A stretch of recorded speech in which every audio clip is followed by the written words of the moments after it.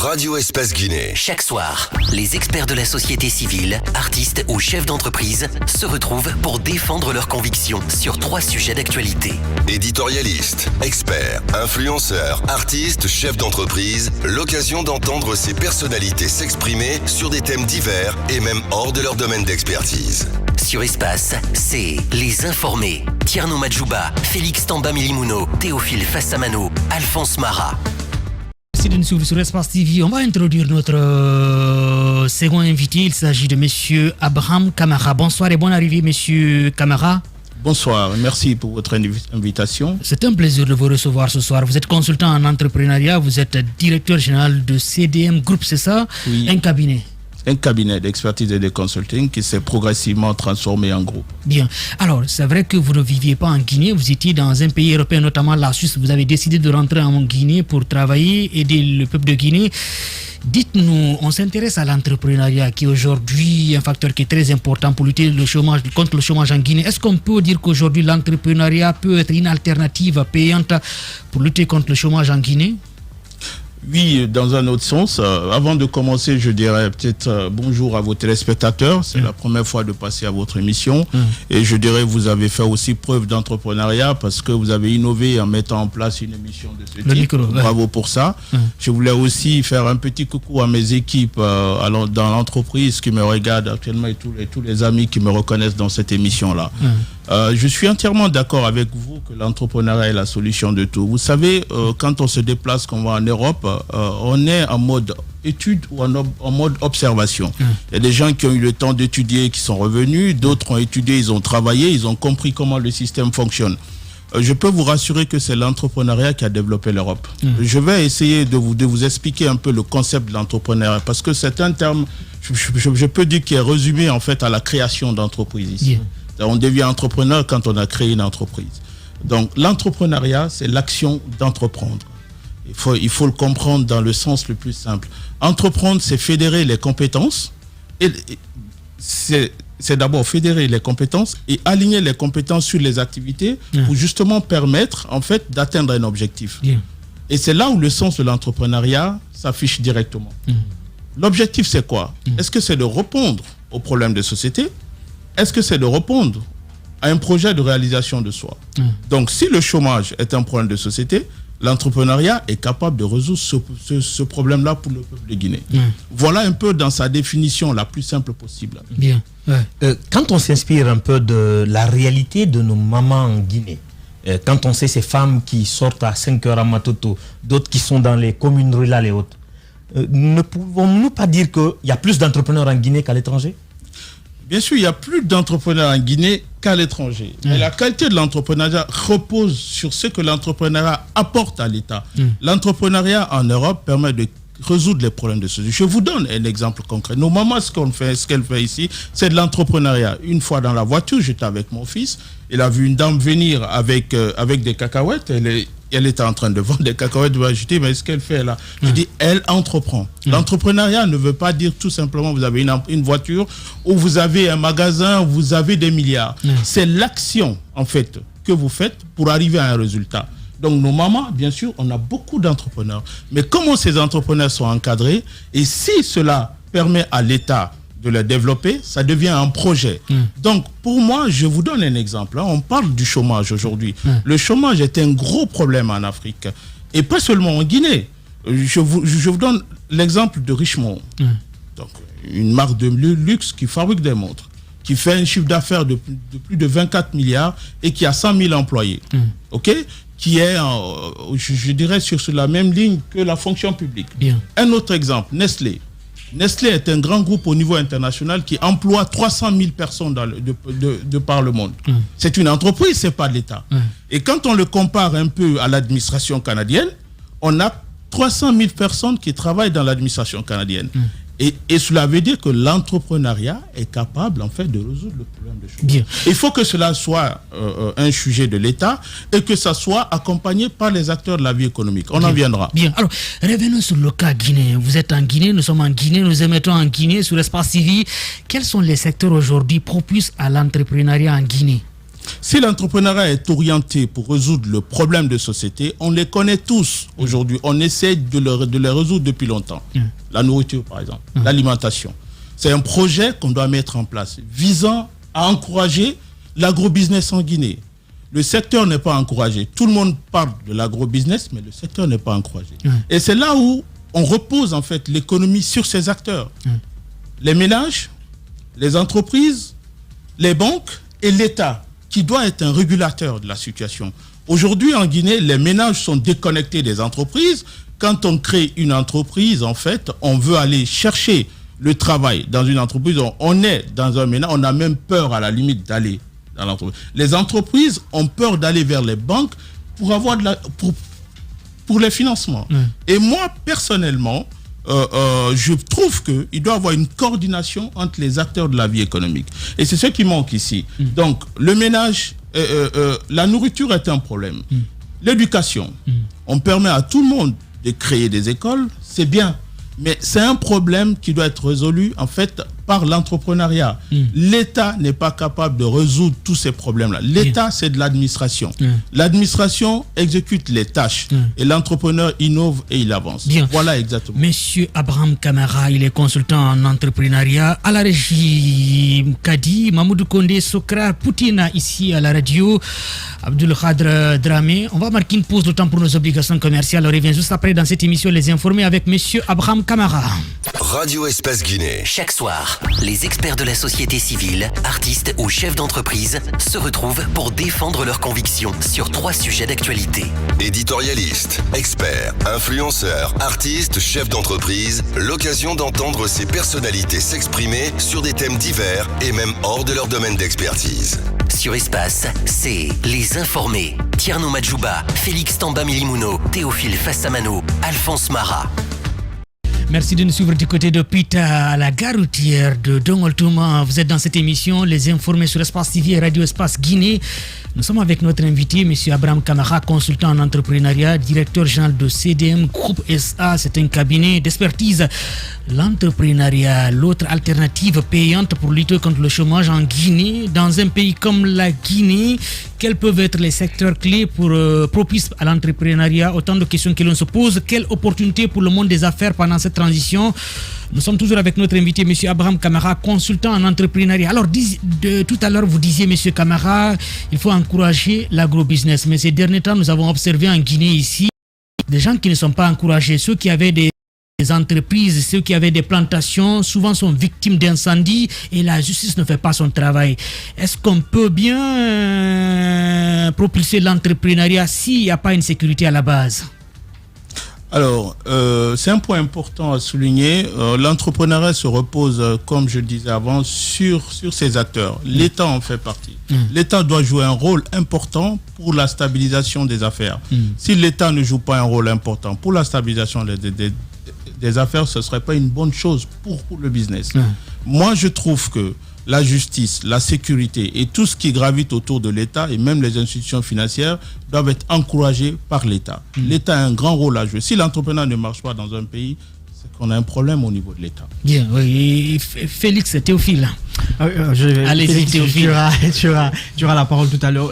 On parle d'un secteur ou d'une activité, comme vous le dites, qui ne peut pas aller sans accompagnement, mais surtout qui apporte beaucoup d'emplois.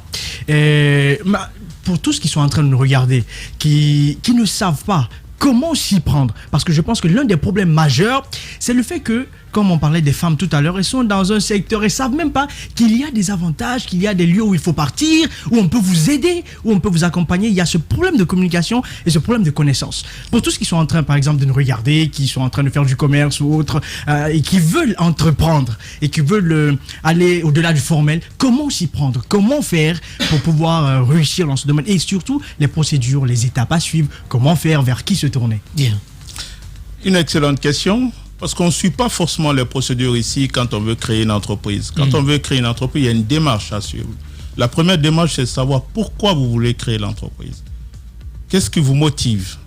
On ne crée pas une entreprise parce que tout simplement, on a un voisin qui fait le même métier, qui est transitaire quelque part, qui fait des affaires et qui a réussi à construire une maison. On ne crée pas une entreprise parce qu'on a vu un ami s'en sortir dans un domaine. On crée une entreprise quand on a la passion de ce qu'on veut faire. Ça, c'est la première des choses.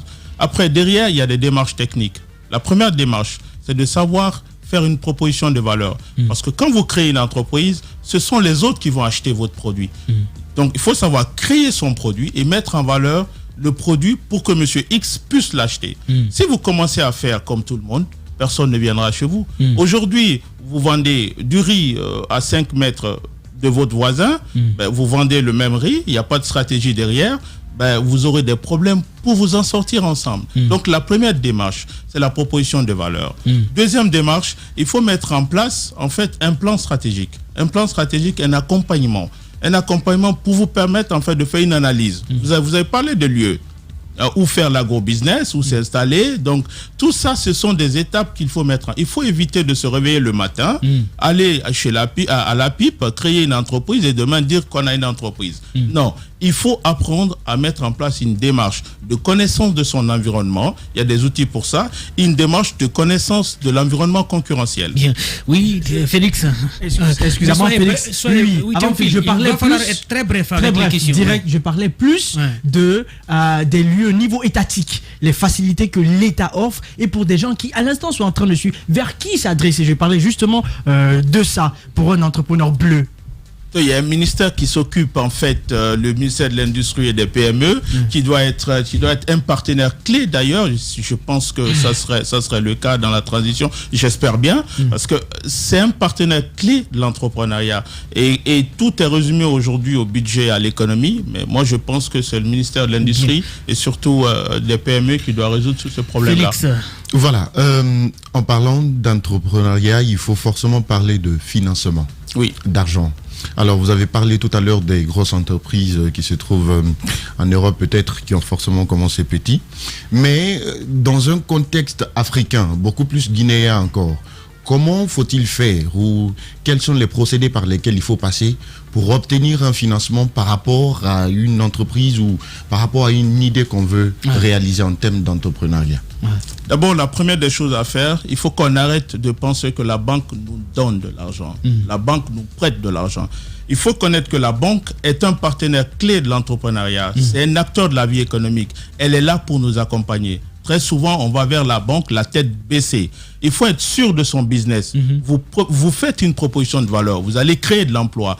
Allez vers la banque avec certitude et poser votre business dans le vrai sens. Il y a des gens qui font faire des business plans aux sociétés de consulting. Ils ne maîtrisent même pas le contenu. Ils vont dans les banques pour avoir le financement. La banque, elle est là pour financer. L'argent n'appartient pas à la banque. L'argent appartient à l'économie. Donc, soyez sûr de ce que vous faites. C'est vrai que souvent, on dit que les Guinéens, les jeunes doivent entreprendre. Mais est-ce qu'on peut entreprendre si on n'a pas les moyens? Et bien sûr. Mais bien sûr. On dit souvent, quand vous partez dans des ateliers, on vous dit vous pouvez entreprendre même avec 50 000 francs guinéens. Est-ce possible? C'est bon de commencer avec ce qu'on a. OK? Moi, je vous donne un exemple. Je suis rentré en Guinée en 2019. J'ai fait des porte-à-porte dans ce pays. Pourquoi? Parce que j'étais sûr de ce que je faisais. Je suis réveillé, j'ai pris ma Toyota Yaris, j'ai fait le tour. J'ai quitté mon bureau, je suis venu ici, mais je savais ce que je voulais. La valeur ajoutée, c'était d'aider les entreprises à être durables et rentables. Donc j'ai commencé avec mes moyens de bord. Aujourd'hui, je travaille avec des institutions financières. Ici, je n'ai toujours pas mis en avant le côté financier, mais plutôt je mets en place un accompagnement qui me permet de vivre avec mes propres moyens. Après, c'est important de choisir votre ambition par rapport à ce que vous voulez faire. Parce que si vous faites un business qui mérite aujourd'hui ou qui vous envoie vers 2 milliards, alors que vous venez de commencer, vous n'avez pas la crédibilité qu'il faut pour avoir 2 milliards, ça devient un problème. Bien oui, vous continuez sur la même lancée. Rapidement, soyez bref, on n'a pas beaucoup de temps. En parlant des banques, il y a un phénomène qui sévit aujourd'hui au milieu des banques entre les porteurs de projets et la banque. Plusieurs jeunes ont soulevé ce problème. Vous envoyez votre projet, vous voulez que la banque finance le projet, mais ce qui se passe, c'est que non seulement la banque ne finance pas votre projet, mais après, vous voyez ce même projet est réalisé par une autre personne qui vient par exemple de la banque. Et donc, ça a créé une certaine méfiance entre les jeunes qui veulent entreprendre et d'aller vers ces banques pour pouvoir avoir de l'argent. Dans ces genres de conditions, qu'est-ce qu'il faut sincèrement? Alors, il faut protéger son affaire. Là, on parle actuellement, vous êtes en train de me parler d'un point de confidentialité, d'information. Ça, c'est interne à la banque. Donc, dans la démarche entrepreneuriale, ce sont des environnements qui nous échappent. Et si votre business est protégé, si vous savez que c'est vous qui avez créé le produit qu'une autre personne est en train de mettre en place, vous pouvez saisir la justice pour faire valoir vos droits. Monsieur Abraham Camara, sur l'Espace TV, dans cette émission Les Informés sur Radio Espace Guinée, Amadou Sow. J'aimerais savoir si entreprendre, si c'est synonyme d'individualisme, et en gros, vous qui connaissez un peu la réalité du côté du pôle Nord, par rapport au taux d'intérêt que les banques ou les microfinances prélèvent, vous ne trouvez pas un peu exagéré la réalité qui se trouve en Guinée? Je suis d'accord avec vous. Le taux directeur déjà est un gros problème parce qu'on est aux alentours de 11-12%, donc qui n'arrange pas non plus les entreprises. Et c'est là où l'État doit jouer son rôle de régulateur. On ne peut pas stimuler l'entrepreneuriat dans un pays si l'État ne joue pas son rôle.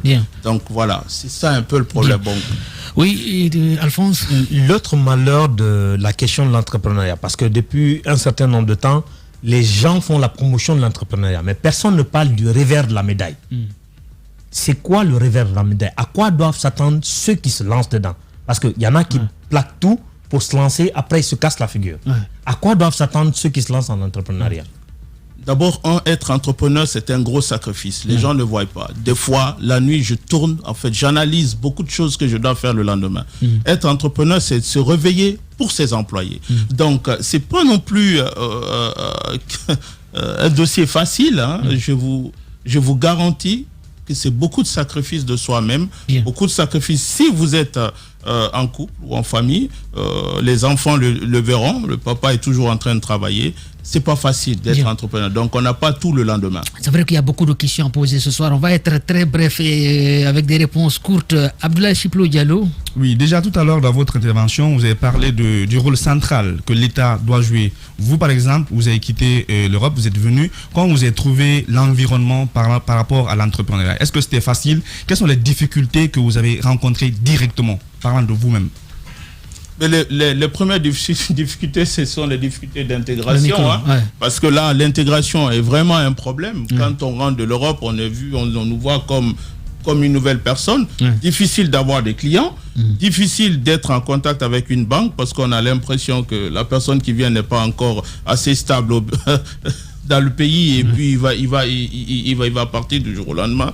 Et les banques font des filtres. Et je comprends parce que la banque vend de l'argent. Donc, si elle donne de l'argent à quelqu'un qui doit partir le lendemain, c'est un problème. Donc, voilà, ce sont les difficultés que j'ai croisées. Monsieur Abraham Camara, c'est vrai qu'on parle de l'entrepreneuriat, la création des entreprises. Quelles sont les erreurs à ne pas commettre dans le cadre de la création d'une entreprise? La première erreur, il ne faut pas être dans le très court terme. L'entreprise, en fait, pour créer une entreprise, il y a une démarche. On est trop dans le très court terme. On résume l'entrepreneuriat au commerce. On en commande un conteneur aujourd'hui, le lendemain ça arrive, après-demain on revend. Non, l'entrepreneuriat, c'est la gestion des compétences, c'est la gestion des activités. En fait, c'est dans le long terme. Donc ça, c'est la première erreur. Évitez ça. Deuxième erreur, faites une analyse des risques. Doutez sur vous-même. Doutez sur vous et ne comptez sur personne, comptez sur vous-même. Ne comptez pas sur vos amis, ne comptez pas sur la famille, comptez sur vous-même. Et justement, dans la même lancée, parce que là, on est à la phase maintenant des solutions, est-ce que c'est pas mieux de miser sur l'entrepreneuriat, le terme évoqué récemment, couramment, l'entrepreneuriat social, apporter des solutions plus à grande échelle qui aident plus la population, parce qu'il y a ce secteur privé pour soi, pour son entreprise, mais est-ce que c'est pas mieux pour que le pays soit développé de miser sur cet entrepreneuriat social qui a plus d'impact? Merci pour cette question. En fait, c'est ce qui manque à la Guinée. Tous ces problèmes qu'on a, il faut qu'il y ait de l'entrepreneuriat social. Il faut qu'il y ait des personnes qui soient capables en fait de se réveiller le matin pour résoudre les problèmes de société. Tout ce qui est lié au logement, par exemple. En France, c'est un monsieur qui s'est réveillé qui a dit, écoutez, on va mettre en place les loyers, les HLM. habitation à loyer modéré. Aujourd'hui, tout le monde se plaint pour les loyers et il n'y a aucune solution. Il faut qu'il y ait de l'entrepreneur pour résoudre tous ces problèmes-là. Voilà un peu la réponse que j'ai par rapport à ça. Oui, Félix. Oui, l'entrepreneuriat. Je veux parler du domaine dans lequel on veut intervenir.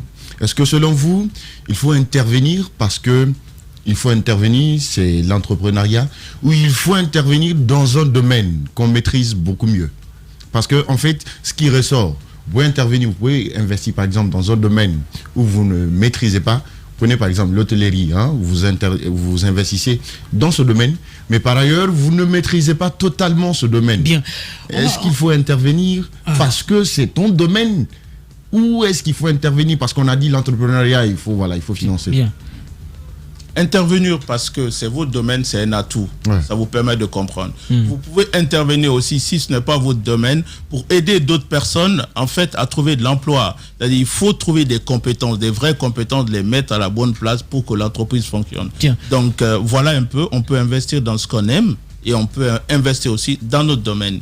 Voilà. Bien. Alors, c'est vrai qu'on est toujours dans la même lancée en créant une entreprise. Comment accroître dans ce cas le chiffre d'affaires quand on crée une entreprise nouvellement? Une entreprise, c'est de l'innovation. Il faut créer des nouveaux produits pour accroître son chiffre d'affaires. D'abord, on vend des tomates aujourd'hui, on va commencer à les transformer pour augmenter le chiffre d'affaires. Le deuxième point qui est négligé ici dans le monde de l'entrepreneuriat, qui fait grimper le chiffre d'affaires, c'est la responsabilité sociétale des entreprises. Il faut respecter ses collaborateurs. Il faut avoir un sens de partage quand on crée l'entreprise. Ce sont nos collaborateurs qui nous envoient de l'argent. Donc, quand on respecte quelqu'un dans ses valeurs, il fera un travail excellent. Et ça, c'est un point important. Et le travail excellent, c'est le chiffre d'affaires. Abraham Kamara, consultant en entrepreneuriat, directeur général de CDM Group SA. Amadou, soyez bref avec des questions courtes. Pour un départ, être entrepreneur et employé, est-ce une bonne solution pour un départ? Ça dépend de ta personne, en fait. Non, moi, personnellement, en fait, on est entrepreneur. Pour moi, on est entrepreneur. On ne le devient pas. On a une idée pour développer une affaire, mais on est entrepreneur. Parce qu'il y a des démarches de responsabilité, d'engagement, d'ouverture d'esprit que tout le monde n'a pas. Donc, il faut savoir qui on est d'abord avant de se lancer dans l'entrepreneuriat. Encore, c'est un gros sacrifice. Abdoulaye Chiplou. Moi, je voudrais qu'on parle un peu de la politique mise en place par l'État. Actuellement, par exemple, quand vous trouvez cette politique-là, trouvez-vous que c'est déjà satisfaisant ou qu'est-ce qui ne marche pas ou qu'est-ce qu'il faut faire pour que ça marche et que ça donne et pour que ces jeunes-là puissent réussir quand ils se lancent? Alors là, il faut apporter une démarche entrepreneuriale, en fait, au niveau du gouvernement. Juste une vision d'entrepreneur, pas une vision politique. En fait, il faut repositionner les postes dans leur mission. Il faut qu'il y ait une mission globale qui sera expliquée et simplifiée, communiquée, qu'on comprenne exactement la transition va servir à quoi. Découlera de cette mission-là, globale, qui sera à disposition du Premier ministre, bien sûr, qui va distribuer la mission au niveau de ses ministres. Donc, une démarche entrepreneuriale est possible au niveau de l'administration. Avant même la transition, en fait. Avant la transition, si on revient 2 à 3 mois en arrière, et quelle était la situation selon vous? Qu'est-ce qui était bon, qu'est-ce qui n'était pas bon? Qu'est-ce qu'il faut changer? Là, déjà, avant même la transition. Alors, avant la transition, ce qu'on avait fait, c'est qu'on a stimulé un secteur que tout le monde connaît, ses promoteurs ici, le secteur minier. Le secteur a été stimulé. Maintenant, il ne s'agit pas de stimuler tout simplement un secteur. Il faut trouver les moyens de répondre aux besoins de la population. Est-ce que ce secteur a développé l'emploi? Je ne crois pas, parce qu'on a toujours des problèmes. Est-ce que le secteur a développé comme il faut, en fait, les communautés qui ont laissé une partie de leur terrain? On n'en est pas là. Donc, c'est une démarche d'amélioration continue qui est là. Donc, maintenant, c'est autre chose. On verra la mission qui s'est fixée. Abraham Kamara, une autre question, on tend vers la fin de cette émission. Quelle opportunité aujourd'hui pour le monde des affaires en Guinée, d'autant plus qu'on est dans une transition avec la réduction des activités économiques, le changement brusque de régime? D'abord, pour un entrepreneur, on a besoin de voir très loin. On n'a pas besoin de voir dans 2 ans, dans 3 ans, dans 5 ans. Donc l'opportunité se dessinera quand on verra la vraie mission. La mission, elle est importante pour nous. Parce qu'on a des investisseurs, on a des banques, on a pas mal de personnes derrière. Donc, découlera de la mission, en fait, qui sera fixée, ou le calendrier qui sera fixé, l'opportunité qu'on aura de travailler avec l'actuel gouvernement. Bien, oui, Amadou. Le choix de la ressource humaine Parce que généralement, les gens approchent beaucoup de membres de leur famille. Quel est le choix idéal? Il faut voir une personne dans ses qualités, dans ses compétences. Vous verrez chez C2M, dans mes équipes proches, je n'ai aucun membre de ma famille. Voilà, donc la famille n'est pas forcément la clé de réussite d'une entreprise, ni la religion d'ailleurs. Il faut être rationnel quand on gère une entreprise. Une entreprise se gère sans émotion. Bien. Plus la moitié des membres du gouvernement viennent de la diaspora, viennent du secteur privé. Quelle lecture faites-vous aujourd'hui? Vous-même, vous êtes de la diaspora. Moi, je pense que diaspora, c'est un atout. C'est pas une finalité. Hein. Il faut arrêter de croire que quand on a fait des séjours en Europe, on vient ici, tout doit être facile. C'est un message que je lance à mes frères qui viennent de la diaspora. Moi, je viens de la diaspora, je vous ai dit, j'ai fait des porte-à-porte. Les valeurs humaines sont importantes, il faut être humble. Même si on a fait des universités aux États-Unis ou en Europe, moi, j'ai appris beaucoup du local. J'ai appris beaucoup ici les 3 dernières années. Donc, être diaspora, c'est un atout, ce n'est pas une finalité. Il faut le prouver sur le terrain, il faut le prouver par le résultat. Et surtout, donner le résultat que le pays a besoin. Oui. Vous revenez parce que vous n'aviez pas de débouché comme Alphonse Mara le pensait de l'autre côté, ou parce que vous avez besoin d'autres défis? Mon retour était motivé par le fait que j'ai vu tellement de choses dans mon parcours. Vous verrez, après 18 ans dans les fonctions de cadre en Europe et aussi quelque part aux États-Unis, parce qu'on a travaillé avec le monde entier quasiment. Quand on est dans les grands groupes, c'est étalé partout. Pour moi, c'était l'opportunité de partager mon expérience avec mon pays. Quand vous évaluez votre carrière, 18 ans en tant que cadre, les opportunités étaient où entre continuer à vivre à l'étranger et revenir au pays? Les opportunités, c'était de continuer à vivre à l'étranger. Mes amis, je suis encore en contact avec mes amis. Tous mes diplômes sont suisses, au passage. Hein. Donc, j'ai fait mon parcours en Guinée. Hein. J'ai prouvé en Guinée avant de partir. J'ai fini mes études. J'ai travaillé ici. Je suis parti en Suisse. La majeure partie de mes diplômes, j'ai quand même 3 diplômes suisses de haute école de gestion. Je suis intervenant à la haute école de gestion de Neuchâtel en Suisse. J'ai accompagné les jeunes dans le monde du travail en Suisse. J'ai encore une opportunité ouverte pour moi là-bas. Mon épouse qui vit avec moi aujourd'hui, qui est suissesse, qui m'accompagne dans ce projet-là. Tout le monde s'est posé la question, pourquoi tu reviens en Afrique? J'ai choisi de revenir en Afrique parce que j'ai vu en Europe, c'est l'entrepreneuriat qui a développé ce pays-là. Il faut travailler dans l'entrepreneuriat ici. Bien. Et c'est ce que je veux faire. Mais l'opportunité aujourd'hui, quand vous évaluez 18 ans après, vous avez vécu là-bas 18 ans, est-ce que l'opportunité qu'il y a ici aujourd'hui de devenir, de mieux s'épanouir, vous avez la même opportunité de l'autre côté? Moi, je m'épanouis déjà, mais bien sûr, en fait. Donc, vous faites un sacrifice en revenant au pays. Exactement. Le slogan de tous les diasporas. Bien. Allez, Théophile, une dernière question. Et moi, c'était plus par rapport à une étude de la Banque mondiale qui a été faite où on disait que on manque de financement parce que les porteurs de projets n'ont la plupart du temps pas de vision, parce qu'ils sont plus basés sur l'argent et parce qu'ils n'ont pas envie de céder des parts. La question c'est, est-ce que vous pensez que le secteur entrepreneurial en Guinée n'évolue pas? Est-ce de la faute des entrepreneurs eux-mêmes ou de la faute de l'État qui ne met pas des systèmes en place pour aider? Il faut faire un diagnostic global de la situation. On ne peut pas mettre la faute sur une seule entité. Hein. Donc, il faut partager un peu. Moi, je pense qu'en faisant une analyse concrète, on verra que l'État a quelque chose à avoir dedans, les entrepreneurs aussi, et aussi le secteur bancaire. Donc, quelque part, il faut qu'il y ait une coordination, une gouvernance autour de ce sujet-là pour comprendre comment booster l'entrepreneuriat. Bien. On va aller avec vos réactions sur Twitter à travers le hashtag Espace Informé. Merci de nous suivre sur Espace TV dans cette émission Les Informés. Nous sommes avec notre invité Abraham Camara, consultant en entrepreneuriat.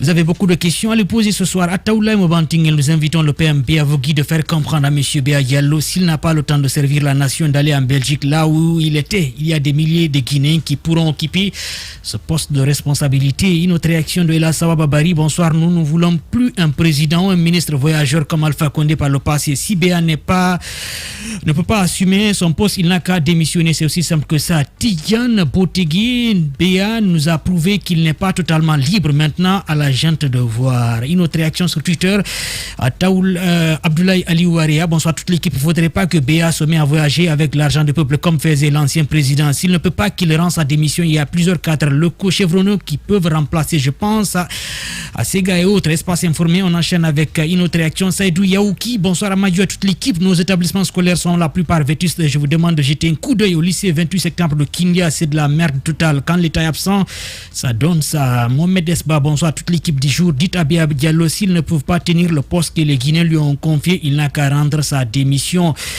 Mamadou Saliou Bachir, bonsoir à toute l'équipe. Pensez-vous que l'État encourage l'entrepreneuriat au moment où certains ont vu leur champ agricole partir en fumée sans justice? Quel doit faire l'État pour encourager ce secteur, monsieur Abraham Kamara? C'est ce que je suis en train de dire. Le président de la transition nous a dit que la justice sera la boussole de tout. Donc voilà, il y a un problème de justice qui est là. En fait, nous, on est entrepreneurs, on ne va pas gérer le droit. Le droit, en fait, on se sent touché dans sa sécurité et tout ce qui va avec. On saisit l'autorité qu'il faut pour répondre à cela. Bien. On va aller avec les appels sur le 620 28 65 65, le 620 28 69 69. Je pense qu'on a le tout premier auditeur au bout de la ligne. On me fait comprendre qu'il n'est pas encore là. On enchaîne avec une réaction de vous, Félix, rapidement. Oui, je vais poser la question par rapport à la fiscalité. Pour les novices qui rentrent dans le domaine, ça leur fatigue beaucoup parce que dès que vous créez votre entreprise, il y a l'État qui est là pour demander son dû. Est-ce qu'aujourd'hui vous ne pensez pas qu'il faut une certaine marge de manœuvre, un certain petit temps qu'il faut accorder à ces nouvelles entreprises qui sont créées, le temps pour eux d'asseoir la base avant de commencer à répondre aux questions de fiscalité? Je suis entièrement d'accord avec vous. Il faut trouver un allègement fiscal pour les nouvelles sociétés, c'est très important. Et parallèlement à ça, quand on veut créer une entreprise, on crée de la richesse, il faut que les entrepreneurs se rendent compte que les impôts doivent être payés. Donc il faut être sensibilisé sur les taxes et impôts que vous devez payer, qui sont greffés sur votre activité. Bien. Très important. Sinon, vous allez vous trouver avec des problèmes de bon. Ouais, on va partir avec une transition pour les appels. Le 620 28 65 65, le 620 28 69 69. Merci de nous suivre sur Espace TV. Radio Espace Guinée. Chaque soir, les experts de la société civile. Avec le tout premier auditeur, bonsoir et bonne arrivée sur Espace TV dans cette émission Les Informés.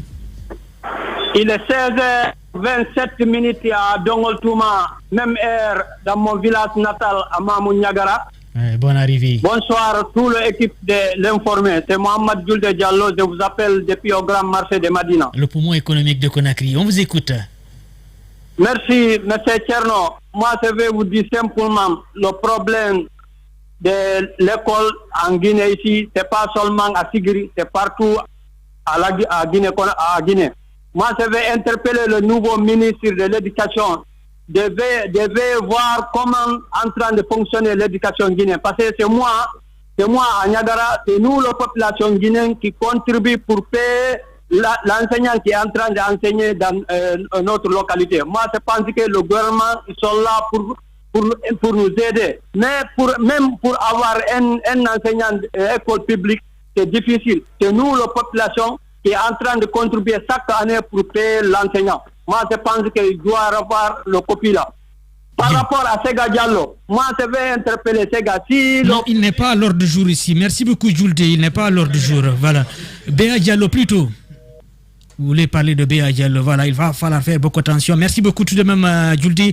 On enchaîne avec deux réactions. J'informe tous ceux qui nous suivent, tous ceux qui réagissent sur Twitter, c'est le hashtag Espace Informé et non les informés. C'est très important, Espace Informé. Commencez par le média en question, Espace TV, Espace Radio. Après, vous enchaînez Informé.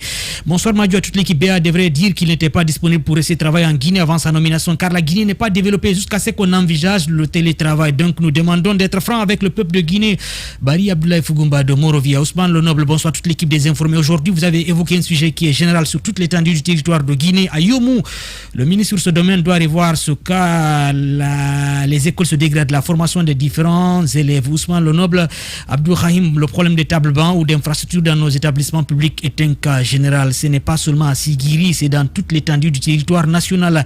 Bonsoir Madjou, ce soir il occupe ce boulot qui est là où on trouve un remplacement. Il y a tellement de personnes qui peuvent occuper ce poste. La jeunesse est au centre de tout. Il faut être sur le terrain pour connaître les réalités. C'est aussi simple que ça. Noumou qui réagit. On va prendre cet autre appel sur le 620 28 65 65. Bonsoir et bonne arrivée sur Espace TV, les informés. Alors bonsoir M. Madjou, bonsoir à l'ensemble des auditeurs d'Espace TV et d'Espace FM. Bonne arrivée, on vous écoute. C'est Tcherno qui vous appelle depuis Koza. Oui. Par rapport à votre thème d'aujourd'hui, je pense que monsieur le ministre, monsieur Béa, devrait être en Guinée, parce que le problème de la Guinée, c'est en Guinée qu'on résout le problème de la Guinée. Il ne peut pas être en Belgique et être en Guinée. Si vous voyez qu'on l'a pris, on a aimé les diasporas, c'est parce que les diasporas, nous aussi, nous en sommes que la fuite des cerveaux qui étaient durant ces années, reviennent maintenant dans le pays pour nous servir. Ce que je vais dire à M. Béa, c'est de raison de la Guinée. Et concernant votre deuxième thème, il faut que le ministre de l'impôt cherche à faire savoir que les taxes soient plus importantes. Parce que si vous prenez l'ancien directeur général de l'impôt... c'est pas à l'ordre du jour, je suis vraiment désolé. Nous, on n'a pas évoqué le cas de l'impôt ici. Merci beaucoup, portez-vous bien. Bonsoir, respect. Focus sur le sujet que nous traitons. C'est ça aussi cette émission, les informer. On ne va pas aller au-delà du sujet. Alors, une question de Amadou Tidjanba, chargé de communication à un moment donné du ministère des Travaux publics. Est-ce que vous, M. Abraham Kamara, vous connaissez le FONIGE et puis la GIP? Je connais la GIP. Je connais pas le FONIGE. Qui est le Fonds national d'insertion des jeunes du ministère de la Jeunesse, qui à un moment donné employait beaucoup de jeunes à travers des projets quand même si ces derniers temps, c'est comme si cette direction est devenue morte. Ouais, exactement. En fait, c'est ça un peu le problème de la Guinée. On commence bien, après le résultat est difficile à mesurer. Donc, si ce sont des institutions crédibles, on allait voir les résultats. Voilà. Bien. On va aller avec d'autres auditeurs qui patientent sur le 620 28 65 69 sur Espace TV dans cette émission. Les informés, on a un autre bonsoir et bonne arrivée sur Espace TV. Oui, bonsoir M. Tcherno. Votre nom, vous appelez d'où? On vous écoute, bonne arrivée. Merci. Par rapport à M. Béa, moi je pense que c'est colonel Doumbouya qui a eu confiance avec lui. Donc, celui qui l'a nommé, il n'est même pas commencé à travailler là-dedans. Pour le laisser, on va le laisser faire 100 jours, on va voir. Par rapport à ces écoles, vraiment, c'est nous, je vais parler de ce mois d'Ingrain. Nous, on souffre là-bas depuis 58 ans. Il n'y a pas d'école là-bas. Franchement, ce que nous demandons au ministère de l'Éducation de penser à nous. Merci. Portez-vous bien, bonne soirée. Et du côté de Amdalaï, dans la commune de Ratouma, on va aller avec quelques réactions sur le 657 39 13 13. Mais en attendant, on va prendre surtout appel d'abord avant de revenir avec les SMS. Bonsoir et bonne arrivée sur Espace TV dans les informés. Et vous ne pouvez pas nous écouter en même temps, poser vos questions. On va aller avec un autre qui patiente. Bonsoir et bonne arrivée. Il n'est pas là. Quelques soucis. Alors, Monsieur Abraham, on va s'intéresser à vous. Abdoulaye Chiplo, vous avez une question, j'imagine. Oui, déjà, moi, je veux parler un peu de cette main-d'œuvre locale-là. C'est-à-dire, quels sont vous qui venez de la diaspora, quand vous arrivez et tout, et comment vous trouvez la compétence locale? Les gens avec lesquels vous avez eu à collaborer ici, comment vous trouvez un peu le niveau? Parce que des fois, on a tendance un peu à minimiser ceux qui sont là, se dire que les bons viennent forcément d'ailleurs. Comment vous avez trouvé un peu ceux qui sont là en termes de compétences et d'expertise? Je viens de dire ici, d'abord, la première des choses, c'est qu'on s'exprime dans une langue qui n'est pas notre langue maternelle. Ça, c'est déjà important parce qu'on essaye en fait de travailler en français et souvent ça peut devenir la barrière. Mais moi, j'ai trouvé en fait une belle compétence ici dans mes équipes. Je travaille avec le local. Je n'ai aucun problème. En tant que chef d'entreprise, je dois coacher mes équipes. Je ne m'arrête pas sur les défauts. J'essaye de les faire monter en compétence et surtout ce que je fais, je suis le grand coach de l'entreprise. Pourquoi? Parce qu'il faut rehausser les compétences de ces équipes. On sort de l'école, on ne sort pas de l'entreprise. Donc, il faut savoir que quand on sort de l'école, on a beaucoup de choses à apprendre. Donc moi, les compétences que j'ai croisées en local ici, ce sont des compétences exploitables qu'on doit faire évoluer pour que l'économie marche. Bien. On enchaîne toujours avec des questions sur le 620 28 65 65. Un autre auditeur au bout de la ligne. Bonsoir et bonne arrivée sur Espace TV dans cette émission Les Informés. Bonsoir, vous allez bien? Alhamdulillah, votre nom et vous nous appelez d'où? Parle de Mamadou, j'appelle de Taner, mosquée dans la commune de Matou. Bonne arrivée.